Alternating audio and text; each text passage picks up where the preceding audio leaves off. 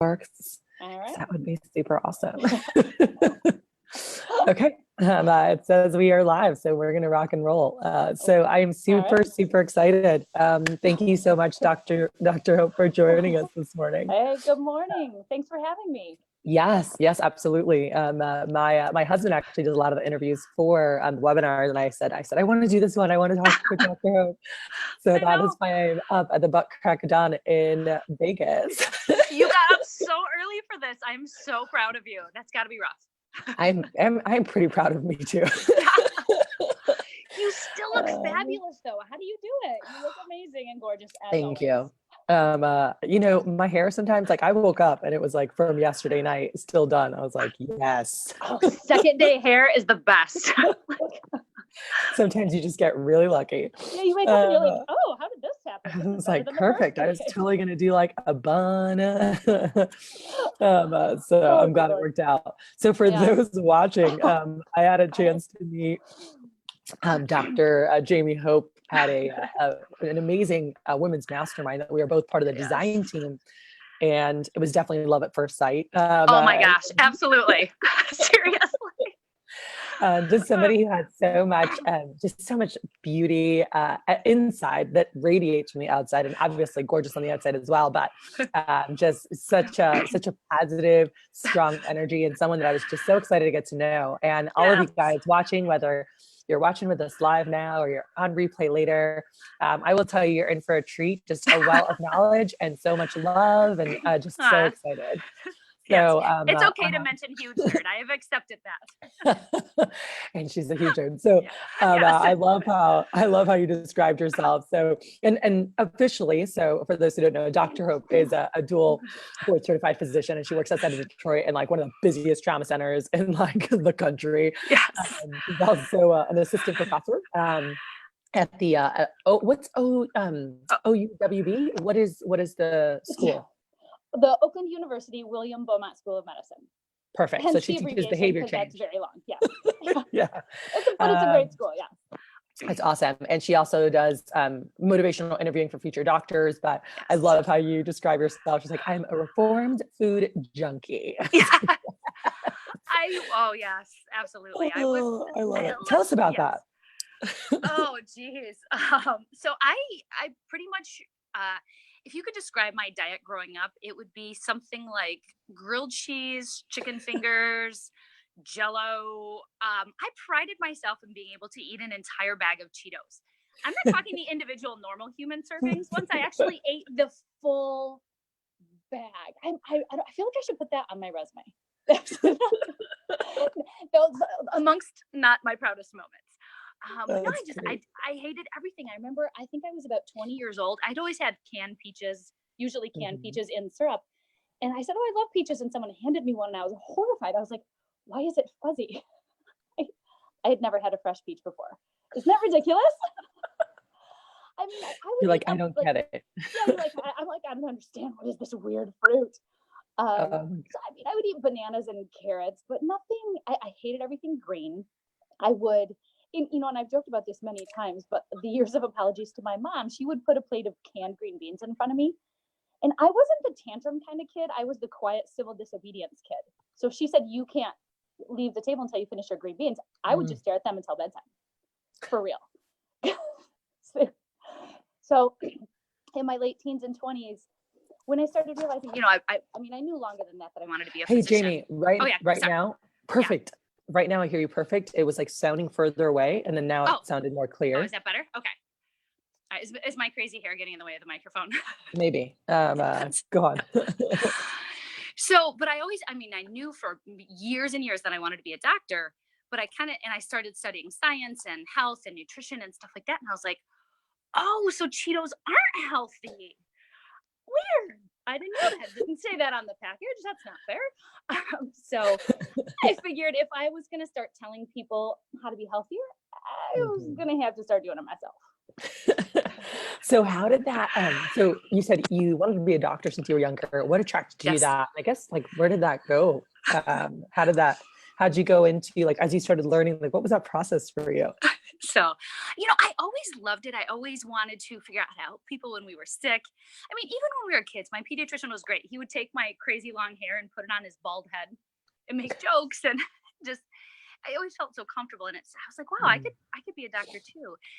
And I think I was around 10 years old when my BFF and I were on a trampoline with a kid who was much bigger than us. And I'm not talking the ones now with the safety nets. This was the 90s. So this was the No springs. safety. There's no safety. There's like spikes and broken glass on the ground around. No, I'm kidding.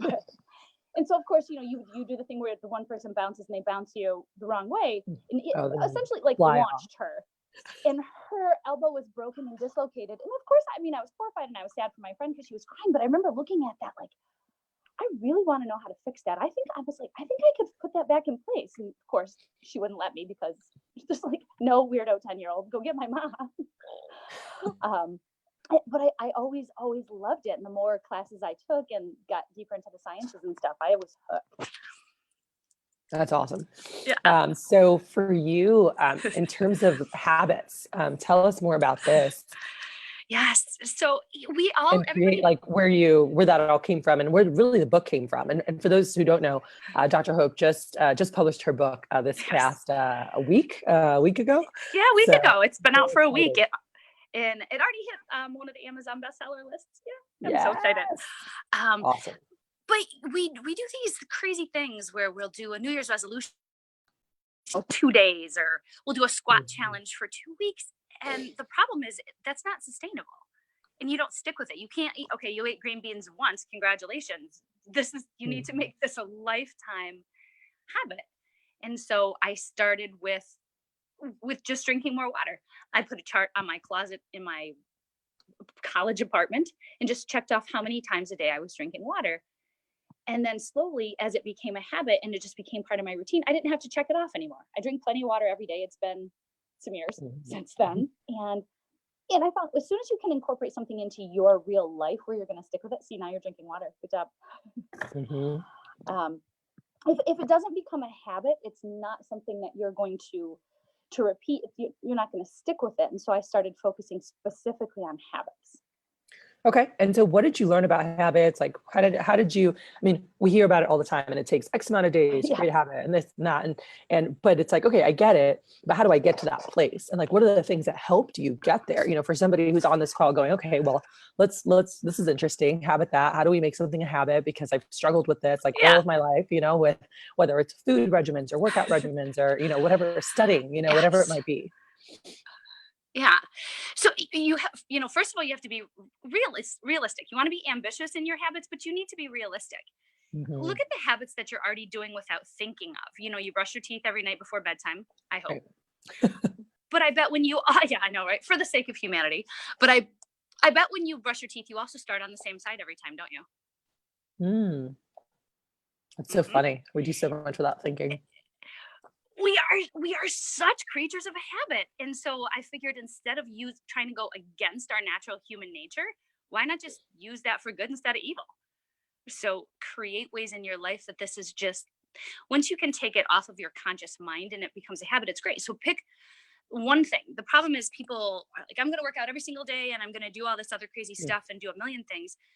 Seriously, just pick one small habit at a time. Mine was simply just drinking water. And then the second one was getting a certain number of vegetable servings per week because I was at, per month kind of situation, and just focus on that. And then once I knew I put a checkbox on my kitchen fridge. My roommate thought I was a total weirdo, by the way.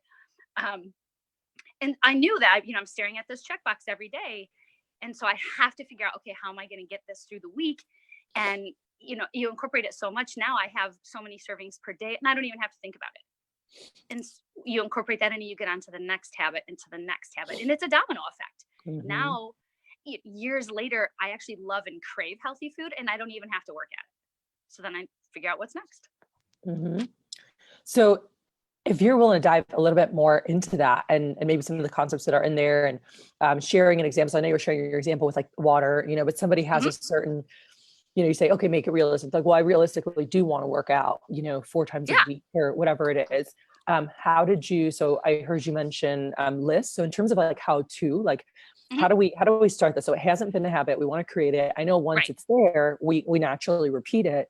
Yes. But from like, I want to do this to like, okay, I do it without thinking about it. Like, what's the in between? Like, to train yourself. Yeah. And so I mean, have you heard of SMART goals or SMARTer goals? It's an acronym. So it comes from the business world, and I remember learning it. I'm like, well, why can't we use this too? So, you know, I created actually a checkoff sheet that people can use. I'd be happy to share it. Awesome. So first get specific. Okay. So your goal now is to work out 4 times a week. Great. So very specific. And you want to be flexible in that. You don't want to say, I want to work out, you know, 4 times a week on this day, this day, this day. Because, you know, what happens if you get sick one of those days? You don't want to just, oh, I screwed up, I quit. So you need to have some flexibility in there. And then you need to develop a specific action plan. So I'm going to work out. I'm going to take my gym clothes with me to work. I'm going to go straight from there to there. And with very action-oriented language, I will do this. And understanding what your motivation is, because, okay, 4 workouts into it, your butt's sore, you're tired. And you are like, maybe I don't really want to work out that bad because, you know, tacos. So really connecting with your why. Tacos are amazing. Tacos are part of the reason I work out, so I can have more tacos. So if that's your motivation, that's great. That's us on vacation. We're like, well, I'm gonna exercise so I can eat more. Or so, you know, so I mean, because we all want to be healthier and live longer, et cetera, et cetera. But sometimes the reason is more personal than people think. Like, I want to be comfortable having sex with the lights on. Or I want to have enough energy to chase after my kids. Or, hey, that time I barely fit in the seat on the airline, I never want to feel that way again. Connect with that. But I think one of the biggest things, people forget to anticipate roadblocks, and they do no roadblock prevention. So for me, the roadblock is in terms of time. You know, I've got kids, I've got jobs, you know, all that kind of stuff. Where if you plan a workout on a day that I already have a 10-hour shift plus going to something for school and whatever, it might not be realistic. Right. But I can look at my schedule in advance and know. And then a roadblock I wasn't anticipating is I blew out a disc in my back. That was miserable. And so all of a sudden I was lifting, I was running, I was doing all this awesome stuff and felt great to the point where I could just like eke out a walk around the block. Like old people in walkers were going faster than me. It was so bad. So you have to be able to. I know. I'm like, I'm dying. I'm in my 30s, and I'm like, oh my god, this is so bad. But for real though, stuff's gonna happen. You're gonna sprain your ankle. Your car's gonna break down. Somebody in your family's gonna get sick. I was up last night, most of the night, because my 7-year-old was throwing up. So and you still look absolutely stunning. There's a lot of under eye makeup going on right now. Let's not pretend that that's not happening. And my hair's a hot mess, but so that stuff happened. So I have to admit that I was going to do my workout before this, and I was a little tired. So I'm going to do it after we talk. But so you have to anticipate. So I actually have people write down a list of every possible thing that you could think of that would be a barrier to your plan. And even, be silly. A meteor could hit your car. You could get bitten by a dinosaur, whatever. And then next to that list on the other side of the piece of paper, what would you do if that happened? What would you do if a meteor hit your car? What would you do if you were bit by a dinosaur? But it creates this. I mean, I would say go on the news and make $1 million would be my answer to the dinosaur. So you're creating this mental habit. Okay, something's going to come up. We all know that life is going to happen, right? You're practicing in advance. What would I do if this happens? If this happens, I will do this. If I sprain my ankle, I can still go exercise in the pool, or I can do upper body stuff. Yeah. That's awesome. And by the way, if any listeners didn't catch that, I think that's such a beautiful thing, because as you anticipate the things that, can be roadblocks to you getting where you want to go, and you actually have a plan in place prior, it makes it so much easier when you get there, like, I know what to do, because your mind's already primed for it. Your subconscious is primed for it. And you also start developing this mindset of like, I find a way, like, no matter what happens, I'm going to find a way. So by going through and making that list of like, okay, what are potential roadblocks here. And then when and if that comes, let's pretend it's coming. What am I going to do? I think that's amazing, because a lot of people get to that point and then just freak out. Like, oh my God, I don't know what to do. You know, but if you had it pre-planned, you're like, oh, the dinosaur bit me. Here's what I was going to do. Yeah. Get some antibiotics. You'll be fine. It's cool. Yeah, that's fantastic. I absolutely love that. I mean, I help people with goal setting all the time. And I always talk about, you know, how they are going to come and be prepared, like in terms of handling adversity. But I love that of like pre-plan, like everything, like write them down and say, what are you gonna do? And just priming your mind for that already is brilliant. Love it.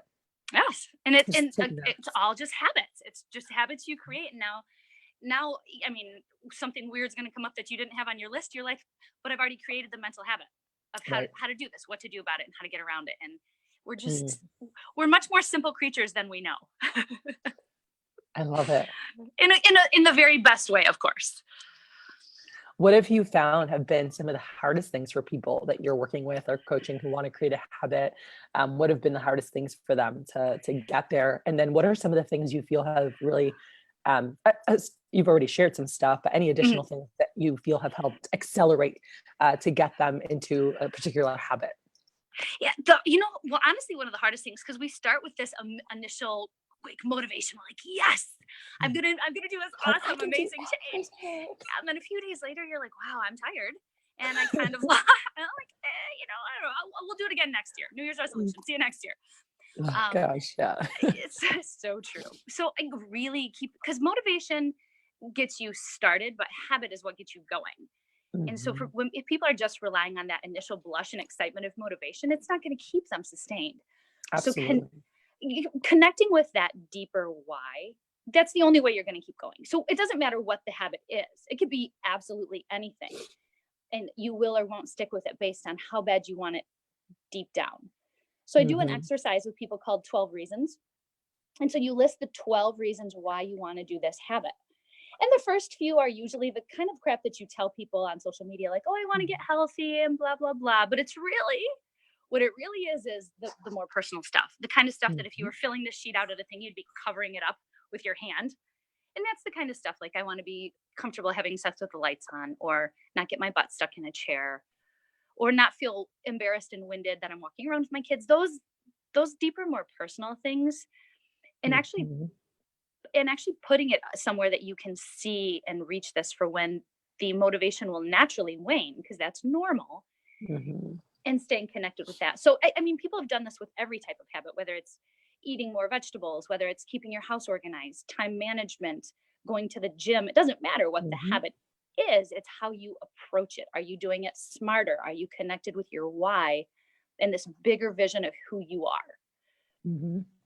So, because the last thing is that negative self-talk we kind of get stuck in. Come on, people. We know that we do this. This is your thing. I'm sitting here like, oh God, I hate my hair right now. So it's crazy, the stuff that we say to ourselves.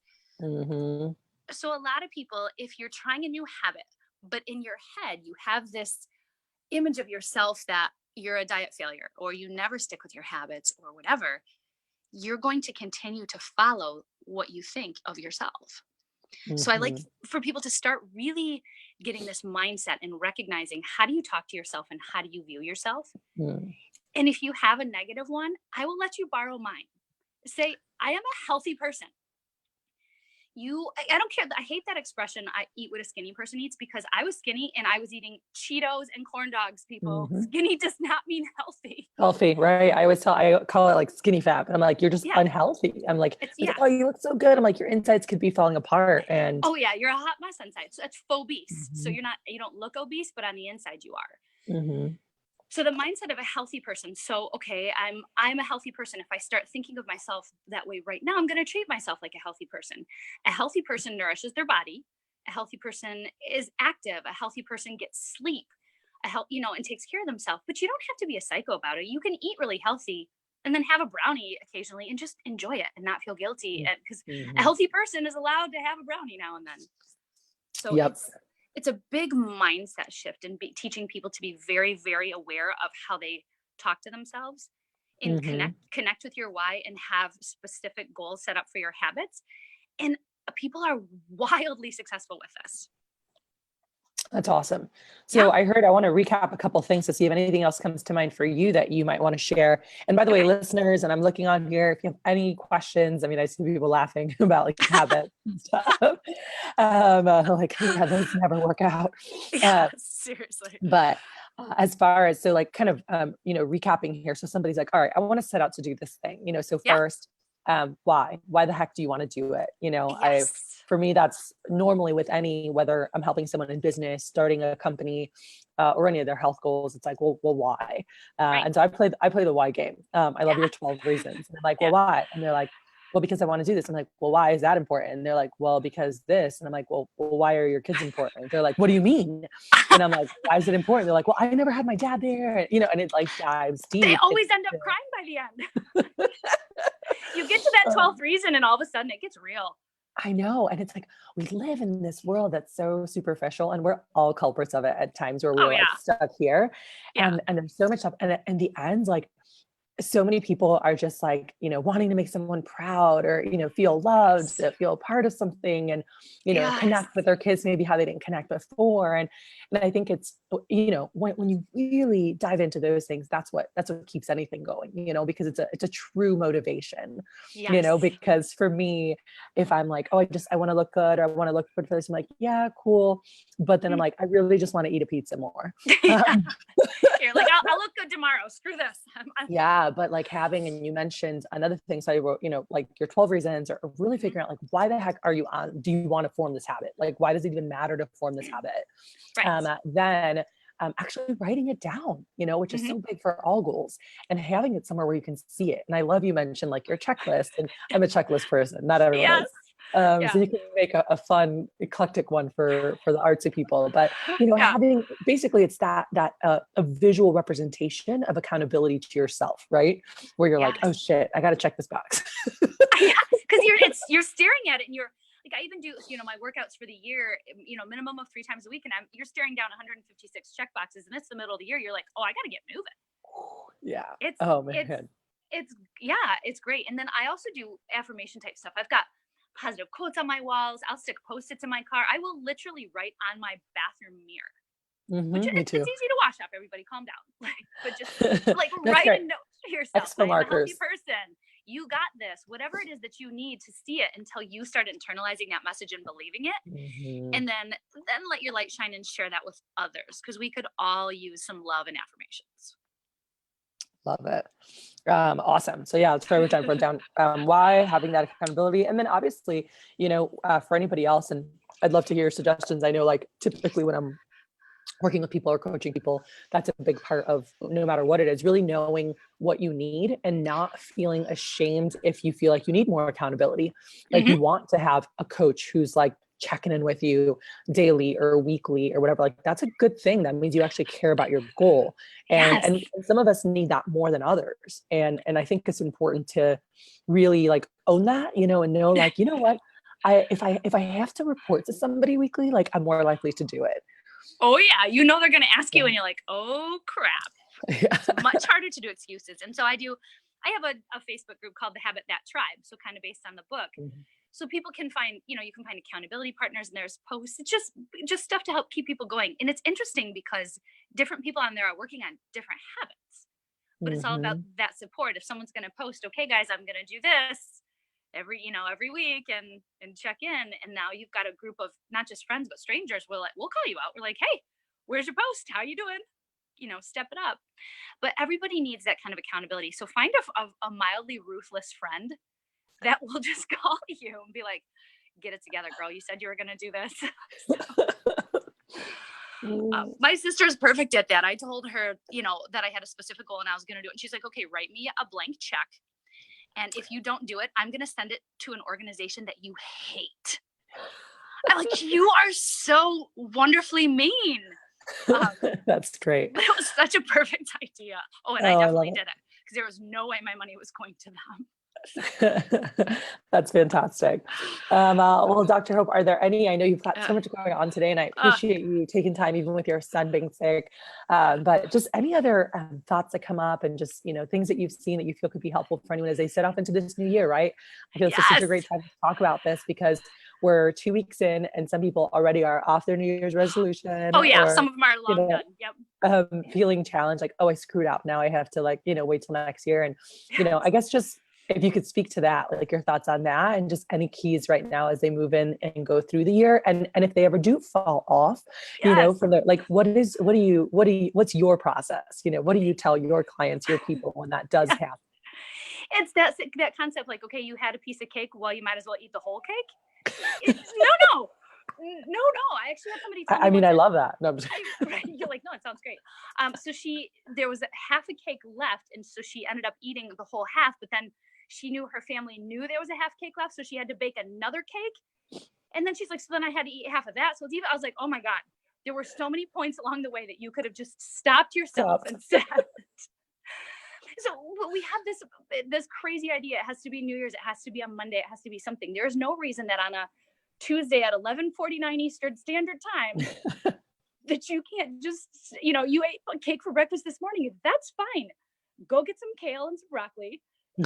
Be kind to yourself, because we just have such a defeatist attitude. Like, oh, I'm such a screw up. I'm such a loser. I might as well just quit. Each bite, each thing that you do, each thing is a choice. And that's not a guilt or shame thing, because I'm very anti-guilt or shame. What it is, it's empowerment. Okay, so you're finishing your second piece of cake and there's 2 bites left. You can still choose and then feel stronger how you want to react to that, and then you can start the next thing over and over. And if you're looking at something like, ooh, I don't want to habit that, I want to create and form a new habit. It's not something I want to stick with. We have so much more power than we think. So let go of the guilt and shame. Let go of this ridiculous need to start on a Monday or a New Year or a holiday, and just know that you are empowered to own all of your moments right now. Any of these moments, you have the power to be in control of your habits, just like you could start brushing your teeth on the opposite side today. Go crazy. Go on. I don't know about that. That's like, a little much. Too soon. Okay, I get it. I love it. And I think that was so beautiful. And I'm so glad you said that, because I feel like even for myself, like there's been days where I'm like, I'll have, a slice of pizza, or I'll have something I know that I should. And then I go, well, I guess I'll just make today like a cheat day. And then like tomorrow I'll juice. Yeah. Like you're like, what? We're so extreme about it. Just have the pizza and enjoy it. Funny. I know. And never am I like, okay, let me just go eat a green juice now. Like today's just a bad day, so I just give up the whole day. Like every choice, like even if I didn't make a great choice here, like don't have guilt, just go, that was my choice. And now I can make a great choice and feel really good that I made this great choice, or do like Wendy Jane and have a chocolate chip cookie with a green juice and then just own it. Because people are so ridiculous, like, oh my God, I ate pizza, I'm so bad. Okay, you didn't murder somebody, settle down. Like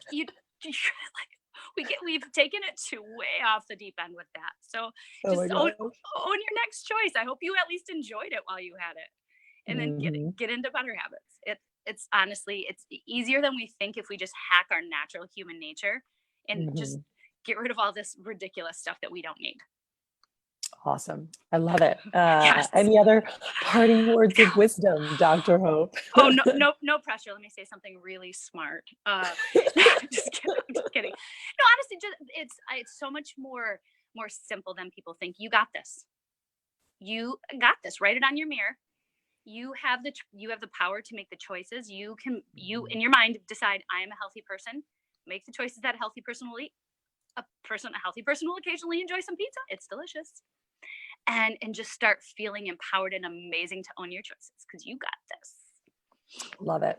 Awesome. Well, I appreciate you so much. And I hope listeners out there, I mean, I know there was a lot of great nuggets in here that are just so easy to implement. And guys, as you set off for your year, know that you have a great support system. Dr. Hope said she has her group. She has her book that just came out, and I will put that on the link on this video on Facebook so you guys have it. But you can just go to Amazon and just put Habit That. So just 2 words, Habit That, a little exclamation point. And you can buy it right away for your Kindle, or you can ship it to your house. I'm a big believer, and I like paper books because I like to underline. I do too. Just like I'm still in school in my mind. I'm always taking notes in the margins and highlighting stuff. It's awesome. Absolutely. I just made like a workbook for all my, Kindle people so that they have something to write in to go along with my book. Oh, nice. Oh, I'm getting it. Is that But on Amazon?